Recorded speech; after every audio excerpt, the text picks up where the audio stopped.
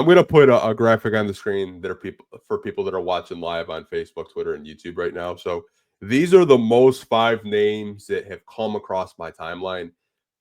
Nikhil Alexander Walker, I think, is a very sneaky free agent that they could target. He's a UFA, which I don't know if the Timberwolves can retain him. Mm-hmm. Might be a sneaky THJ replacement if we're being honest. Like he's a good defender. Really like I've liked him for a long time. I remember when he first came out of the draft, people were like, he's not good, but I mean he's developed so much, especially in Minnesota.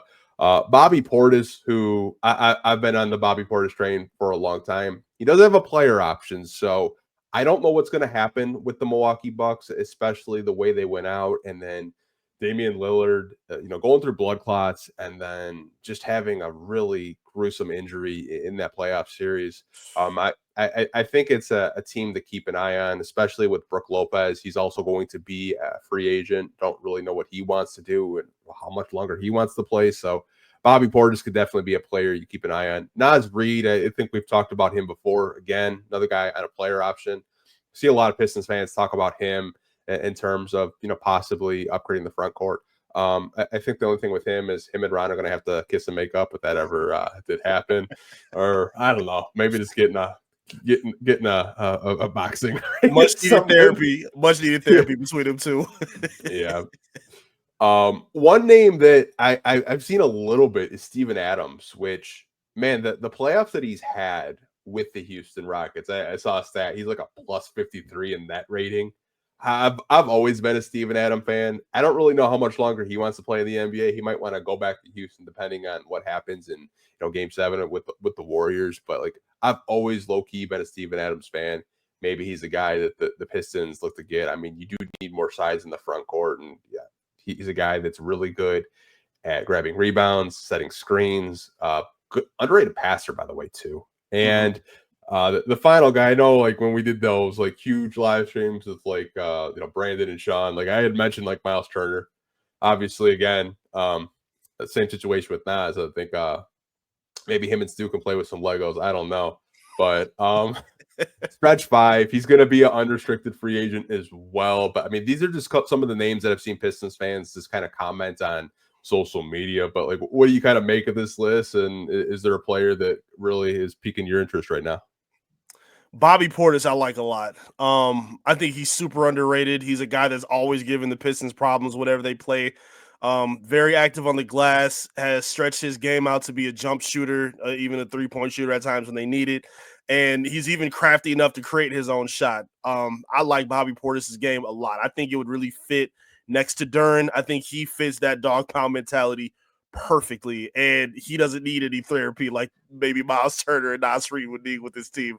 Alexander Walker I think would be very interesting too. A good two-way player, does a good job of spacing the floor out, plays in transition well. I think he would really give a good lift based on what they need, in terms of their guard depth.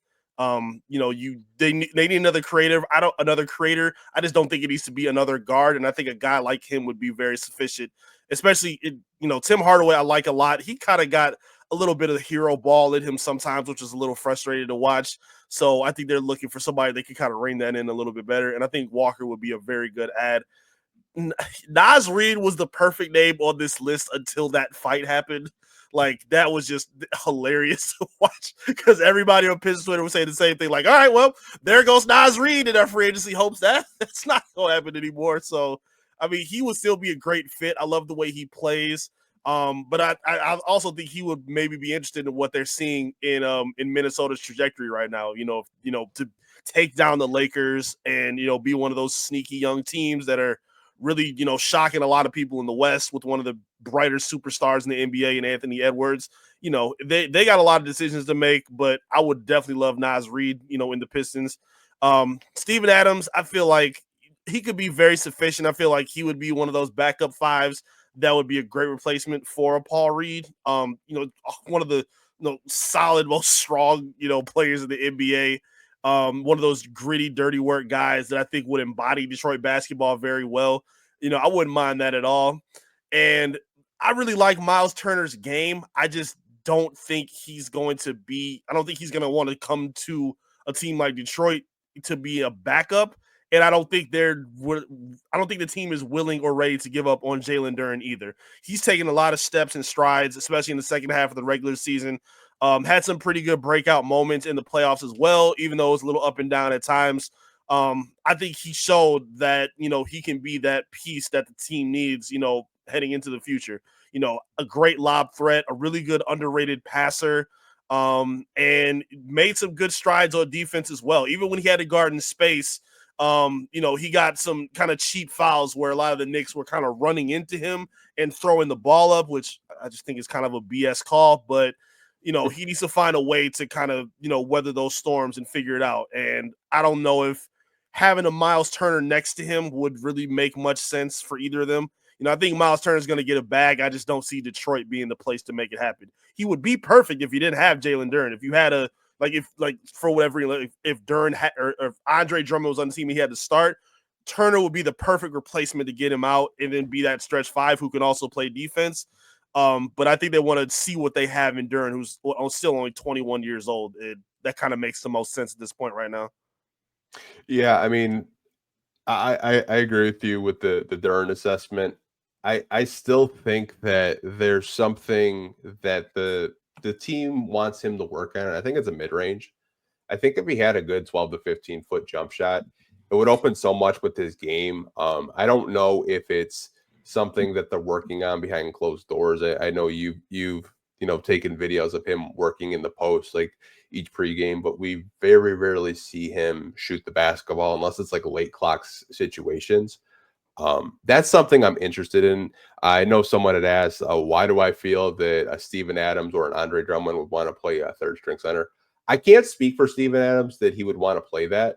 I can't speak for Andre Drummond because he said he does want to come here.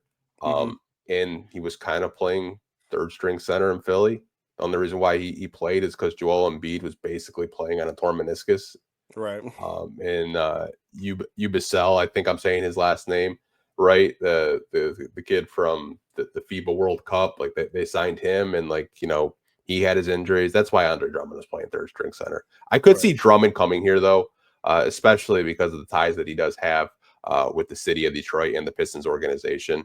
But I mean, a lot of these guys on this list, ideally, like Nas and Bobby, I think would be like huge gets if you can get them.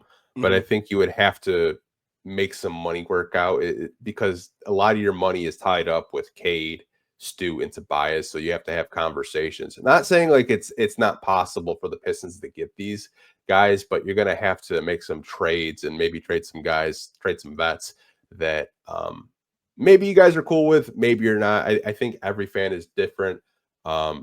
24 hours after the timeline, like, dude, it was so toxic. Like, they wanted to trade half the core and just go get like a Booker. Like, I was like, bro, you guys got to relax. I get it. I get like the playoffs just ended, but relax for like at least a day.